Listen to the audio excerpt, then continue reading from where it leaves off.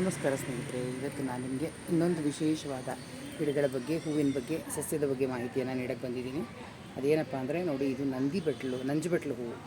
ಇದು ಸಂಜೆ ಹೊತ್ತು ಅರಳುವಂತಹ ಹೂವು. ಇದು ತುಂಬ ಅಂದರೆ ಇದು ಆಯುರ್ವೇದದಲ್ಲಿ ಬಳಕೆ ಆಗುತ್ತೆ. ಇದು ನಮ್ಮ ಔಷಧಿಯಾಗಿ ಕೂಡ ಇದನ್ನು ನಾವು ಬಳಕೆ ಮಾಡಬಹುದು. ಇದು ನೋಡಿ, ಒಂದು ಬೀಜ, ಇದರದ್ದು ಬೀಜ ಬಂದುಬಿಟ್ಟು ಕಾಳುಮೆಣಸಿನ ಥರ ಇರುತ್ತೆ.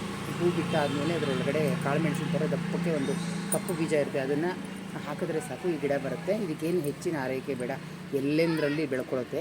ಇದು ಆಯುರ್ವೇದಿಕ್ ಉಪಯೋಗ ಏನಪ್ಪ ಇದೆ ಅಂದರೆ ಬಹಳಷ್ಟಿದೆ.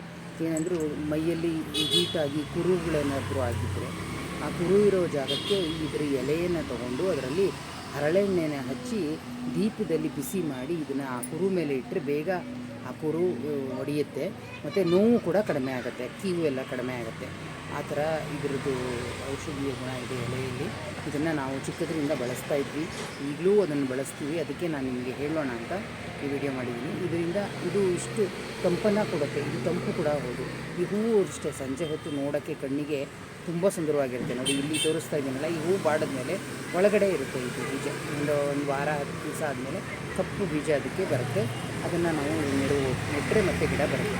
ಅಥವಾ ಕಡ್ಡಿ ಬೇಕಾದರೂ ಕೂಡ ಹಾಕ್ಬೋದು. ಇದರಲ್ಲಿ 10 ಕಲರ್ ಇರುತ್ತೆ, 2 ಡಬಲ್ ಕಲರು, ಕೆಂಪು, ಬಿಳಿ, ಹಳದಿ ಎಲ್ಲ ಥರದ್ದು ಇದೆ. ಮತ್ತು ಬಿಳಿ ಮತ್ತು ಹಳದಿ ಮಿಶ್ರಿತ, ಬಿಳಿ ಮತ್ತು ಕೆಂಪು ಮಿಶ್ರಿತ, ಮತ್ತು ಬಿಳಿ ಪರ್ಪಲ್ ಮಿಶ್ರಿತ ಹೂಗಳು ಕೂಡ ಇರುತ್ತೆ. ತುಂಬ ಚೆನ್ನಾಗಿರುವಂಥ ಹೂವಿದು, ನೋಡೋಕ್ಕೆ ಅಷ್ಟೇ ಸುಂದರವಾಗಿದೆ. ಇದು ಔಷಧಿಯಾಗಿ ಕೂಡ ಬಳಸ್ಬೋದು. ಇದನ್ನು ಬಳಸೋದು ದೇಹಕ್ಕೆ ತಂಪನ್ನು ಕೊಡುತ್ತೆ. ಹಾಗೆ ಇದನ್ನು ಹೂವನ್ನು ನೀವು ಕಟ್ಟಿ ಮಾಲೆ ಮಾಡಿ ಕೂಡ ಹಾಕಬಹುದು ದೇವರಿಗೆ. ಇದನ್ನು ಯಾರೂ ಅಷ್ಟಾಗಿ ಮುಡ್ಕೊಳ್ಳಲ್ಲ, ಬಟ್ ಮಾಲೆ ಮಾಡಿದ್ರೆ ತುಂಬ ಸುಂದರವಾಗಿ ಕಾಣಿಸುತ್ತೆ. ಅಲಂಕಾರಕ್ಕೆ ಬಳಸ್ಬೋದು. ಮತ್ತು ನಾವು ರಂಗೋಲಿ ಡಿಸೈನ್ಸ್ ಮಾಡ್ತೀವಲ್ಲ, ಅಲ್ಲಿ ಅಲಂಕಾರ ಮಾಡುವಾಗ ಈ ಡಾರ್ಕ್ ಹೂಗಳನ್ನ ಮಧ್ಯ ಬಳಸೋದ್ರಿಂದ ತುಂಬ ಚೆನ್ನಾಗಿ ಸುಂದರವಾಗಿ ರಂಗೋಲಿಗಳೆಲ್ಲ ಕಾಣುತ್ತೆ. ನೀವು ನೋಡ್ತಾ ಇದ್ದೀರಾ, ಈ ಹೂವು ಎಷ್ಟು ಸುಂದರವಾಗಿ ಚೆನ್ನಾಗಿ ಕಾಣಿಸುತ್ತೆ ಅಂದರೆ ನಿಮಗೆ ಹೇಳೋಕ್ಕೆ ಅಸಾಧ್ಯ, ಅಷ್ಟು ಚೆನ್ನಾಗಿರುವಂಥ ಹೂವು ಇದಾಗಿರುತ್ತೆ. ಮತ್ತು ಇದರಲ್ಲಿ ಒಂದು ಸಣ್ಣವಾದ ಪರಿಮಳ ಬರುತ್ತೆ. ಸಂಜೆ ಮಲ್ಲಿಗೆ ಹೂವು ಅಂತಲೇ ಇದಕ್ಕೆ ಫೇಮಸ್ಸು.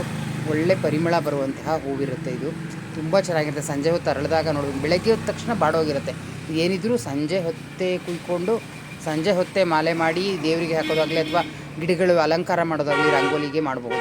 ಇದು ಬೆಳಗ್ಗೆ ಆದ ತಕ್ಷಣ ಇದು ಎಲ್ಲ ಬಾಡೋಗಿರುತ್ತೆ. ಈ ಅರಳಿರೋ ಈ ಸೌಂದರ್ಯ ಇರೋದಿಲ್ಲ. ಈ ಸೌಂದರ್ಯ ಏನಿದ್ರೂ ಸಂಜೆ, ಅದಕ್ಕೆ ಇದಕ್ಕೆ ಸಂಜೆ ಮಲ್ಲಿಗೆ ಅಂತಲೇ ಹೆಸರು. ತುಂಬ ಸುಂದರವಾದಂತಹ ಹೂವು ಇದು, ಸೂಪರಾಗಿರುತ್ತೆ. ನೀವೆಲ್ಲಾದರೂ ನೋಡಿದ್ರೆ ಇದ್ರ ಬಳಕೆ ಮಾಡ್ಕೋಬೇಕು ಅನಿಸಿದ್ರೆ ನೀವು ಯಾವುದಾದ್ರೂ ಕುರು ಅಥವಾ ಗಾಯಗಳಾಗಿದ್ದಲ್ಲಿ ಅದಕ್ಕೆ ನೀವು ಇದ್ರ ಶಾಖವನ್ನು ಕೊಟ್ಟು ನೀವು ಕಡಿಮೆ ಮಾಡ್ಕೊಳ್ಬೋದು. ಉಪಯೋಗಿಸುವಂಥ ಸಸ್ಯ ಇದು.